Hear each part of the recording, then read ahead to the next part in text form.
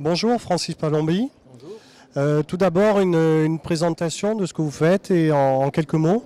Je suis depuis 2014 président de la Confédération des commerçants de France et artisans commerçants, essentiellement des indépendants, pour les métiers de bouche aussi bien que pour les métiers non alimentaires, 18 fédérations professionnelles et environ 500 000 points de vente. Quelle est votre perception du commerce aujourd'hui en centre-ville et de son avenir? Eh bien, écoutez, quand on en arrive parfois à toucher le fond, on a tout loisir de rebondir, de remonter vers le haut.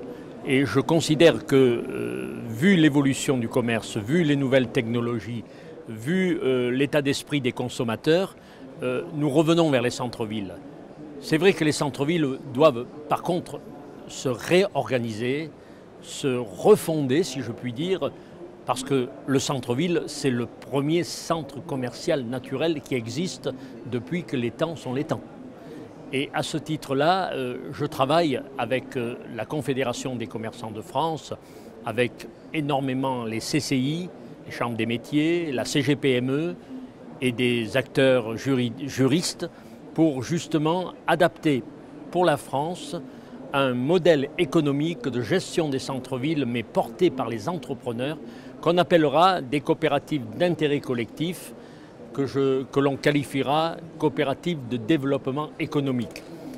Le but, c'est rassembler par périmètre, par ville, par village, l'ensemble des acteurs économiques. Je ne parle pas que de commerçants, je parle de commerçants, d'artisans, de professions libérales. Voilà l'objectif important, avec pourquoi pas, comme les Québécois l'ont fait très bien en 1982, faire naître une loi d'organisation du centre-ville et avec ce principe, bien sûr, que je vous ai énoncé, des coopératives de développement économique. Pensez-vous qu'aujourd'hui, justement, les collectivités territoriales ont les outils pour pouvoir développer et mettre en place une politique de développement du commerce? Je vous réponds à cette question importante positivement. Pourquoi? Parce qu'il y a eu des lois ces dernières années. La loi LME qui a particulièrement libéré, mais je voudrais insister plus particulièrement sur les lois Pinel. La loi Pinel, avec ses différents outils, permettent à des acteurs extérieurs privés de collaborer avec l'acteur public. Et par exemple, Paris est un excellent exemple avec la CEMAEST. C'est une société d'économie mixte qui est en train d'ailleurs de se pencher sur les problèmes de la province. Et nous avons fait un grand colloque de la francophonie internationale à Montréal avec 33 personnes d'une délégation française et Madame Pinville qui était présente à ce colloque pour justement expérimenter, mieux comprendre encore le modèle canadien des sociétés de développement commercial dont nous nous inspirons pour les coopératives.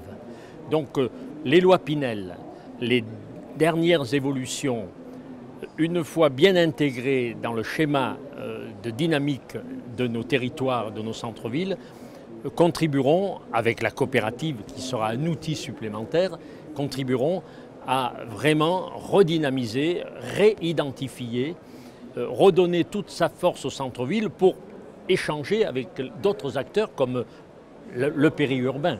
Je définis bien l'urbain et le périurbain et nous n'avons pas à nous opposer aux périphéries, nous avons à dialoguer avec les périphéries. C'est ce qui est important à mon sens personnellement.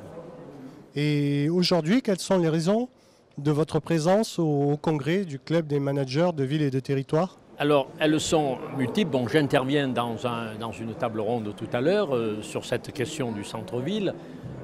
En plus, il y a une raison importante, c'était que CMV, les managers de centre-ville, présidés par Robert Martin, le club présidé par Robert Martin, fait partie des membres partenaires de la Confédération des commerçants de France. C'est des partenaires associés. Je connais Robert Martin depuis de très très longues années. C'est un grand professionnel et il a une grande connaissance du tissu des centres-villes. Et ma collaboration avec lui est intense parce qu'on ne pourra pas parler de coopérative de développement économique sans directeur, manager, coordinateur de centre-ville.